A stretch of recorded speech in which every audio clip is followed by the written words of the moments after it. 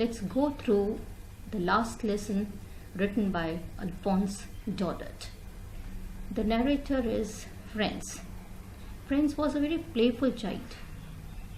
In the beginning, the writer describes that he was late for school. He had not learnt the lesson on participles. Besides, the day was warm, the birds were chirping, so he had a temptation to spend the day out, but finally he decided to go to school. On the way to school, he found some people reading something at the bulletin board, but he kept running. He was late. On reaching the school, he was stunned. He came to know about the Berlin Order and therefore the last French class. And then, of course, his attitude towards books, school, and M. Hamel changed completely. He noticed several changes in the school. There was an unusual silence. Usually when he reached the school, there would be a lot of noise. The noise would be of the lessons repeated in unison, opening and closing of the drawers. But that day there was pin-drop silence. He noticed that Monsieur Hamel, the teacher, was in special dress. The village elders were seated at the back and they all looked very sad. Just then, Monsieur Hamel broke the news. He told them about the Berlin Order. He told them that France was defeated and the French provinces of Alsace and Lorraine had passed into Prussian hands. Therefore, they would be taught German from the next day. For the changes, he really was filled with sadness. He didn't know how to react. It was like a thunderclap for him. The Berlin Order, of course, had a huge impact on everyone. Everyone was shocked and filled with regret. Regret for postponing learning. Regret for not paying attention to studies. Franz realized he hardly knew how to read and write French. He tried his best that day to learn everything at one go. And then he developed a new respect for books, school, and the teacher, Monsieur Hamel. The teacher seemed very cranky to him, but now he was filled with deep respect for this gentleman who had served them for a long time.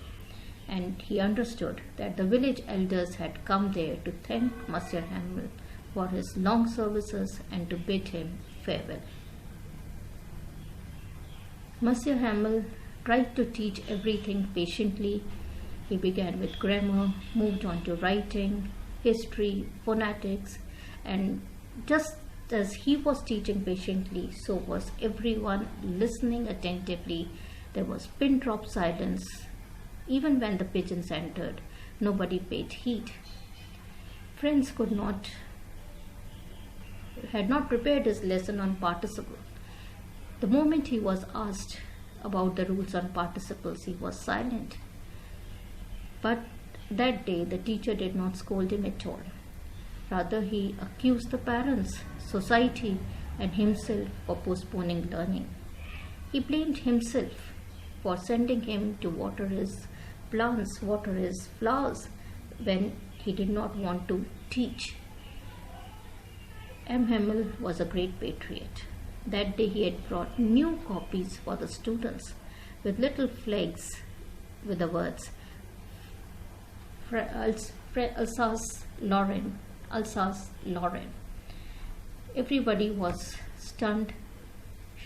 Nobody knew how to react to this change that had come. Hamel glorified the French language.